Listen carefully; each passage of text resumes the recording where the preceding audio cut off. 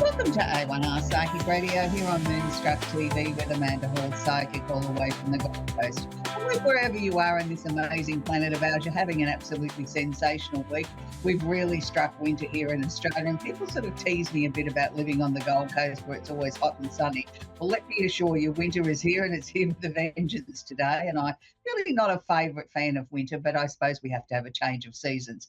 For those of you that don't know me, I've been in the psychic industry in Australia for well over 40 years, and it's something that I still enjoy doing to this day. And I've had the good fortune of working with some very talented people from all around the world. And I think, every time we meet somebody and we work with somebody, that you gain something from that. So, let's hope that, by tuning into the show, that you're going to gain some insight, some knowledge, some little nugget that you can take away with you. And, we have a lot of different psychics and healers on the network here. So each show is different and unique. And, you'll find your favourites and you'll find people that you may not feel as comfortable with as others. And that's okay. We're all very different and we're all meant to be different. So this week I want to share with you the Simply Tarot card of the week. And this is the actual very first card that we worked on 20 odd years ago. And it is actually my hand shot in my garden with my piece of frangipani. So it's the Ace of Wands. Now, the Ace of Wands is still today one of my favourite cards because it is the Ace of Wands. It's new beginnings, it's birth of ideas and new creations, and nothing could be further from the truth. When you look at a piece of frangipani, which is a beautiful flower, it always symbolises summer to me, and the opportunities of something new, something being created. That and we all need a little bit of creativity in our lives from time to time. When this card comes out in a reading, it doesn't always mean you're going to give birth to a baby, but it just means birth of new ideas. That new things are happening. It's a time to sort of dust everything off and say, what can I bring to the world now that's new and fresh and innovative and something that I might need in my life. I quite often used to say to my students when I was teaching, when this card comes out in a reading, it's like you can breathe a sigh of relief and say, okay, we've turned a corner. We've got something new and exciting to look forward to. You may not be actually aware of what it is at this present second, but be open to new ideas, new opportunities, new thought bubbles, things that could come into your life that could take you in a completely different and brand new direction. And I think that's important because most of us get a little bit stuck at times in our own thought patterns, and we can't see the wood for the trees. We can't see that there is innovation or something new or something different that's coming into our lives. This gives us the opportunity to look at things through a different lens, and that's what this card is about. It's still today, after 20 odd years, one of my favourite cards. Not just because it was the first card, it's always been one of my favourite cards in all my years of teaching tarot, because it gave hope, it gave inspiration to sort of some new ideas and things that are happening in the world that, are in our little personal world, that we've got some new and brilliant ideas coming forward. So this week, astrologically, it's a big week because we've had a few energy shifts. It's nice to sort of see we had so much concentration for such a long time in just one part of the chart for what seemed like forever.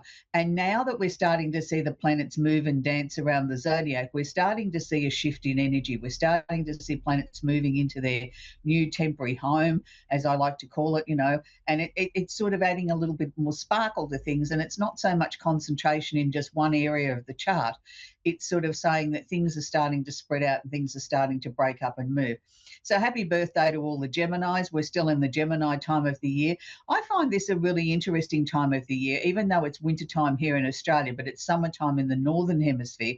It's a time when people get out and about and sort of talk a little bit more, spend a little bit more time in their local environment, disregarding no matter what your star sign is. People seem to be out having a chat, sort of exploring their own local environment. If you're in the Northern Hemisphere, you might be heading to the beach or the river or somewhere to cool down. Here we're sort of looking for somewhere warm. But a lot of people still here in Australia in the colder months still get out and about and explore their local environment, because they go out and they look at the native plants and things like that, or they head to the snowfields or whatever your passion may be. But it's a time to find out what's happening in your local environment. You may very well be surprised that there's more activity going on than what you realised. So the big shift this week is Jupiter has moved out of Gemini, where he's been for the last 12 months, and just moved into Cancer. So this is really exciting because Jupiter now brings opportunity, expansion, the opportunity to expand your world right out, particularly if you're a Cancer.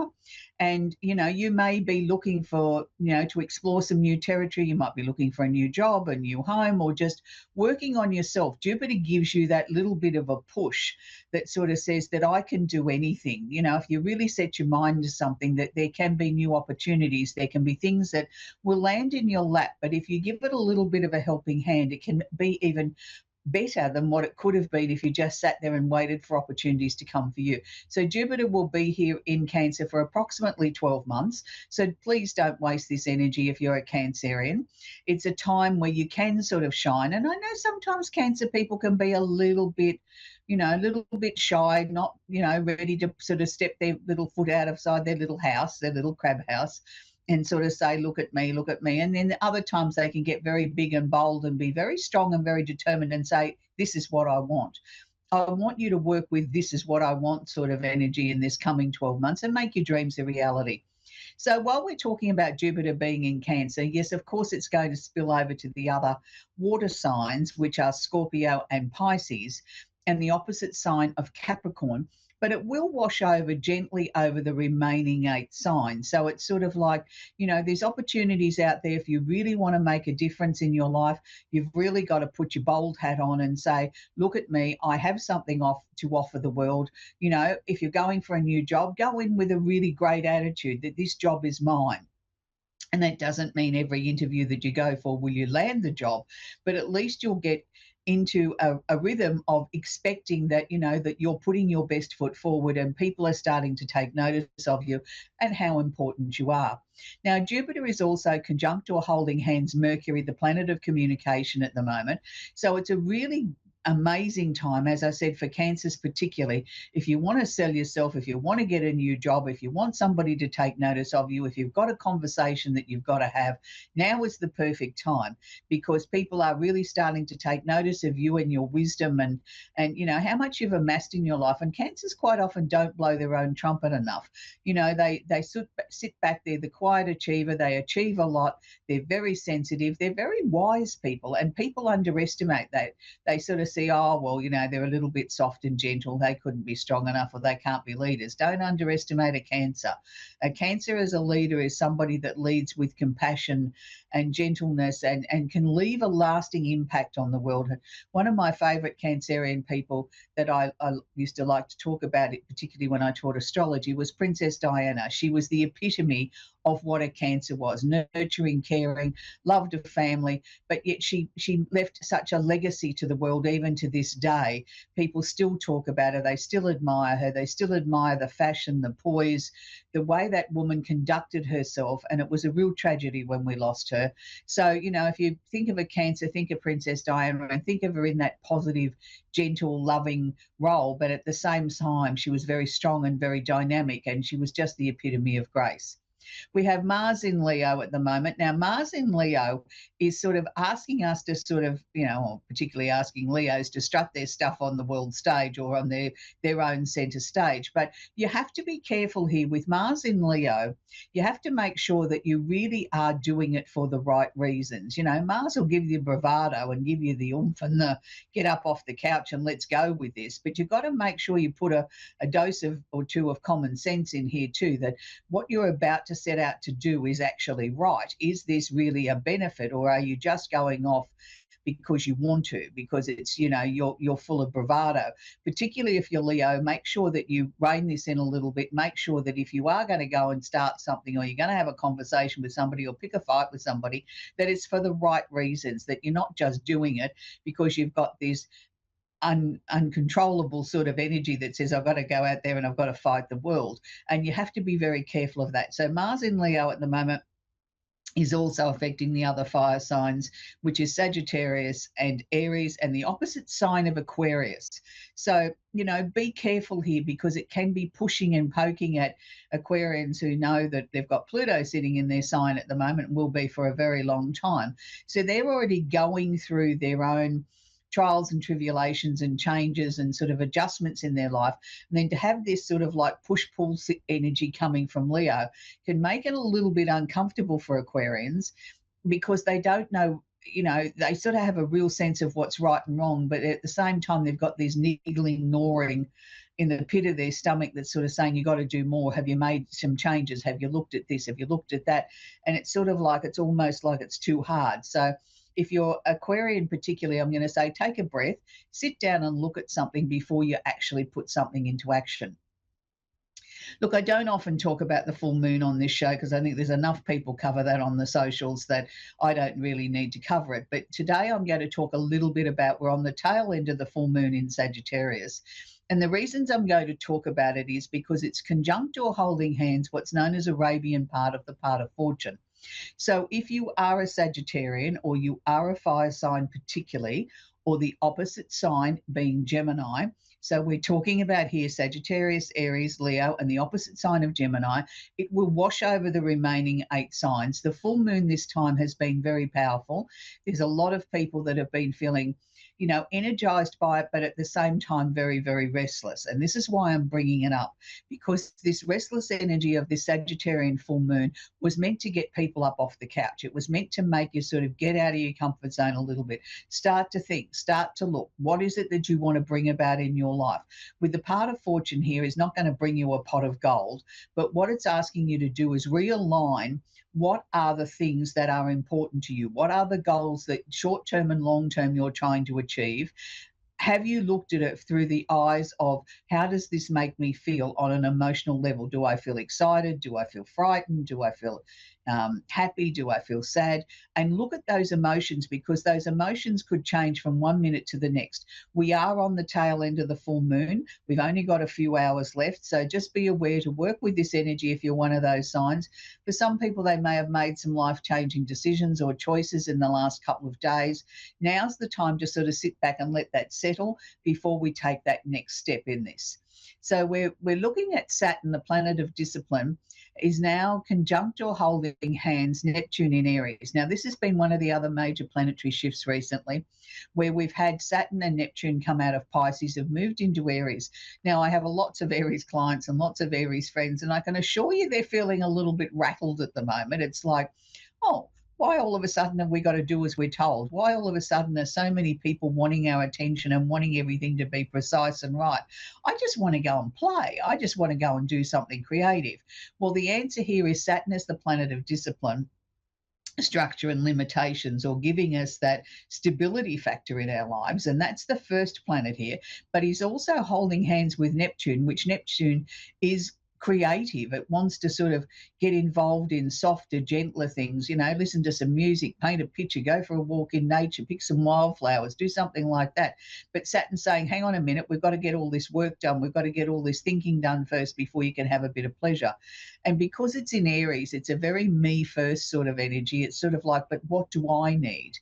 Not necessarily do I want to think of what anybody else needs. I want to sort out my own needs first. So it may be a little bit uncomfortable. You may, find it a little bit prickly at the top there, Aries, but that's okay. This will sort of settle down. Even though these two planets are going to be together in Aries for some time, eventually Saturn will leap ahead of Neptune, and it won't feel quite as intense as it does at the moment. But please bear in mind, this is very important because you've got away with things for quite some time. Now it's like you've got to grow up, you've got to face the music, you've got to look at where your life's heading. It's like it's a serious time, but it can be a time of great reward as well. So, it doesn't have to necessarily feel like somebody's waving a big stick at you and telling you what to do. It's you waving the big stick at yourself, telling yourself what to do, and sort of saying, okay, for some people it might be time to grow up, it might be time to restructure their lives, it might be time to sort of look at where the next 5 to 10 years of their life is heading, where they haven't necessarily wanted to take on board responsibility. And Aries being the first sign of the zodiac, they usually feel it's their job to get up and motivate everybody and move on. Well, this is not the time for that. This is the time for where Aries have to really focus on themselves. Yes, it is spilling over to the other fire signs, which is Leo and Sagittarius, and the opposite sign of Libra. But it won't be affecting the Librians quite as much as it is the Aries. It's just a time of restructure for them, reorganization, and then it washes over the remaining 8 signs.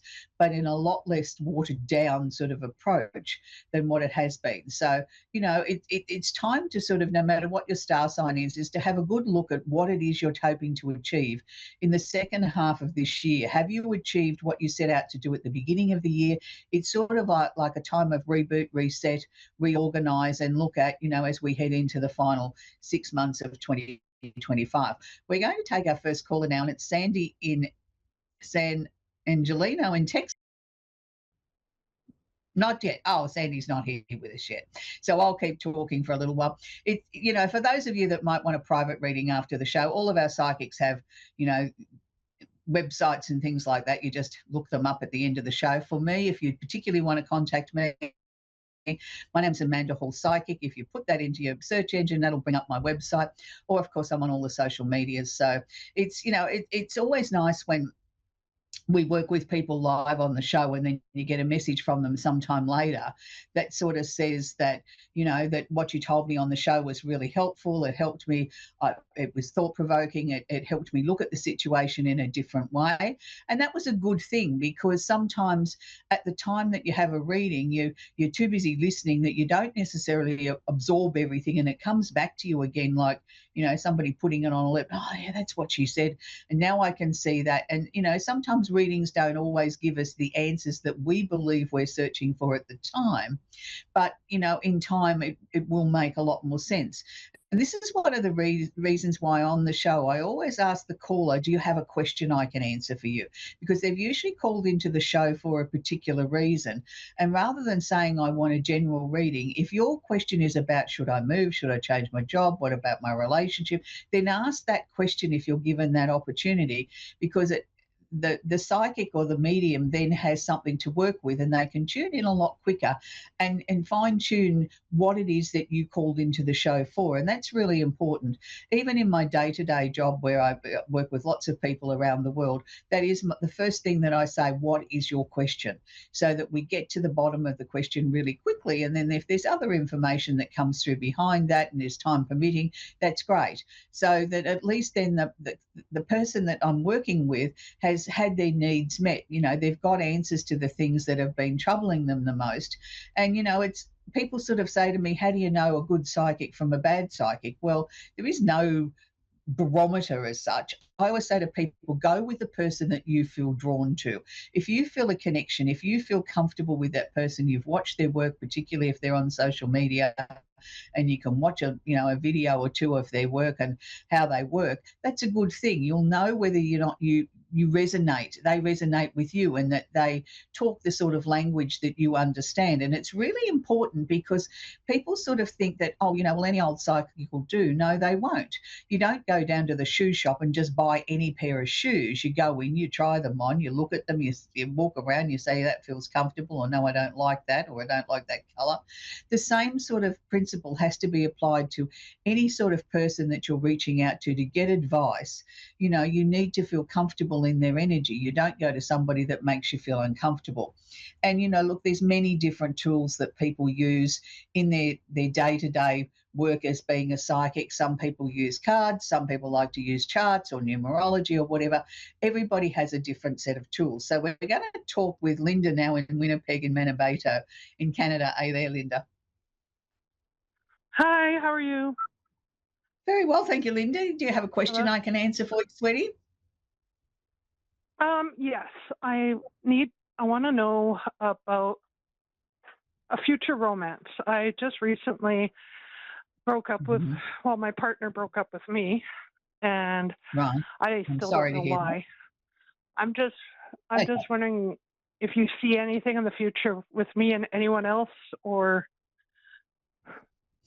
Oh, absolutely, Linda. But if we can just go back to this previous situation just for a second, I'm going to say to you, it was absolutely nothing that you did wrong.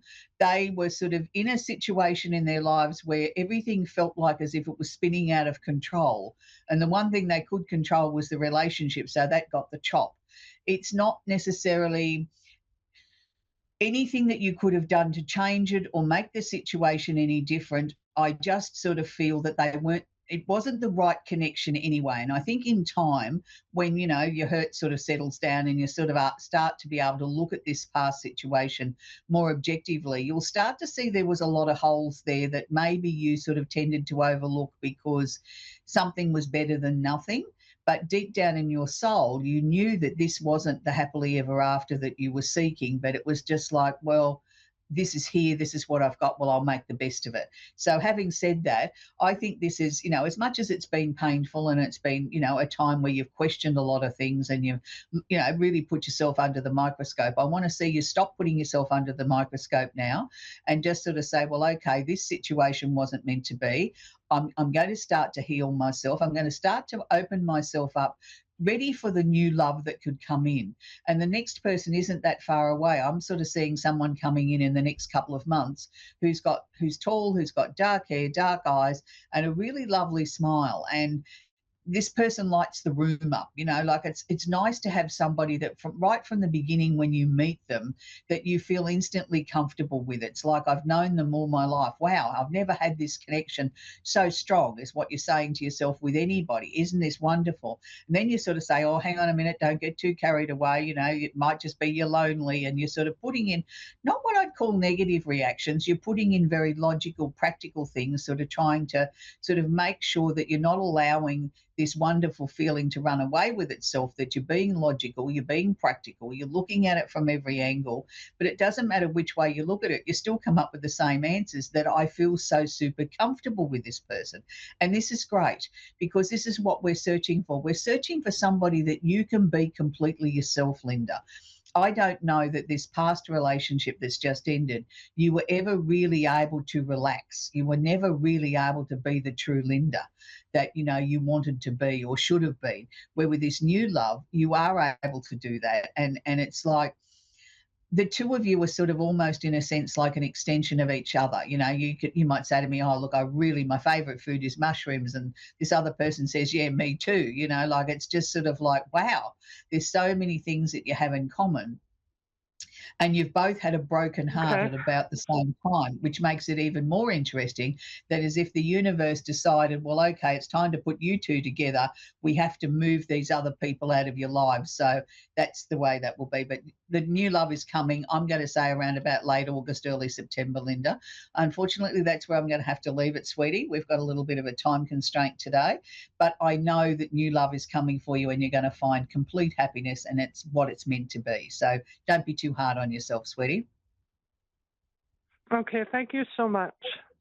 You're very, very welcome, Linda. And just open your heart up and know that the right person's coming in, sweetheart. We're going to talk now with Tara in St. Paul in Minnesota in the USA. Are you there, Tara? Yes, I am. Question I can answer for you, please, Tara? I'm not quite sure. Just whatever there must have you feel, been a reason. I guess. You must have phoned into the show for a reason, sweetie. So, well, I just want to, if you feel anything around me or any kind of messages I should receive. Okay. Or maybe. Yes, I can certainly look. Yeah, go on. Okay, let me just sort of tune into what's sort of happening in your soul. At the moment, they're showing me that there's a lot of change going on. Has there been a period over this last 3 or 4 months where you've sort of felt excited, upset, confused, sort of like a whole gamut of emotions all, simultaneously following each other? That to me is indicating that there's a lot of change coming. So is that how you've been feeling in the last few months? A lot. All of it. Yeah, and it's sort of like you can't sort of pin anything down. One minute I'm feeling excited, and then the next minute I think, I'm feeling panicky. It's sort of like it's just like we're putting everything into a bowl and trying to create a cake out of it. And it's sort of like, I don't know what sort of cake we're going to end up with, but that's okay. They're showing me by the end of this month that things will start to sort of settle down and you'll start to get some clearer directions on what's next. And it's not necessarily going to be, are you going to bound out of bed one morning and have all the answers to everything? It'll just be one after the other, they'll come in. And sometimes it might come in a dream form, sometimes it might be a thought bubble, sometimes it might be something you watch on the telly and think that's a great idea, I might implement that in my life. Don't sort of just limit things to sort of say it's got to come from one direction. Just know as things start to unfold, you will start to sort of, you'll know what's just a thought bubble and something that's a passing thing to the difference to something that's really meant to be in your life. It's like, okay, great, this great new idea came in my head, I want a new job. Well, that's okay. We'll acknowledge that, but then we'll see what comes in behind it. Is there other things that are coming in behind it to say, this is where I've got to focus my attention? And it will become very clear what it is. And I know I mentioned about a new job because they brought up the question mark about money. So is that something that you have been contemplating as the potential of maybe changing your job or looking for other ways to bring in some extra income? No, not really. I mean, I'm disabled, so I don't really Yeah, but just work. because you're disabled doesn't mean that we can't have other ways of, stretching our finances a little bit better, something that's a hobby that ends up making us a little bit of money that we didn't set out to do it that way. I'm seeing extra money coming towards you. So, okay, that's what they're showing me, and you might say to me, well, I haven't got anything at the moment I could turn into a money-making venture. I'm going to say to you there's going to be some ideas that are going to come, and it's not necessarily you decide to set yourself up in a little business. It's just it's going to evolve that sort of way. They're also sort of showing me that you're too hard on yourself. I think you need to sort of stop being so tough on yourself and just allow things to slowly start to unfold for you over the next few months. It's going to be quite an exciting time between now and the end of the year, Tara, and I think you just have to work with that energy. Unfortunately, that's where we've got to leave, Tara. We've come to the end of the show. I do apologise for having to cut the reading short, but we had a little bit of a technical hitch there today. So, it's an interesting time in the world where, lots of changes are happening, lots of things are going on around us, and a lot of people are confused and unsure about what the next move is. All I can suggest to you is just relax, go with the flow, let the planets, start to sort of do their little dance around the zodiac and show us what it is that we need to be looking for or what is the next steps for us personally. And it's always very difficult to understand, sometimes what the next step is. You just know that you can feel change, but nothing has manifested itself, but it will in time. So each week I like to leave you with a song, and usually it's for many different reasons. Sometimes it's one that's driven me nuts for the last week, or something that's jumped out at me, or sometimes I just go through my song list like I did today, and I look for something that jumps out at me as being the message for the week for all of us, that that we can take forward. And I believe music is very healing, and it's something that our soul needs. And there's always a message in many different ways, whether it's from a song or an ad on the telly or something you see on social media. If it resonates with you, then it's important for you to explore that and understand what the hidden message might be. This week I want to leave you with a very, very old song. Now, again, I'm going to be showing my age, but it's the one and only, the amazing Burt Bacharach, and the song is The Look of Love. And I think this is a beautiful song that has just a lovely energy and beautiful words, and it's just so inspiring that I think most of us forget to look for that love in our lives. And it doesn't always have to be a relationship. It can just be that we love life, that we're enjoying the energy, we're moving forward. So until next week, don't forget we have plenty more shows on the network over the next few days. You can always go back and binge watch them on YouTube and on all the socials and things like that. So until next week, don't forget Burt Bacharach and The Look of Love. Bye for now.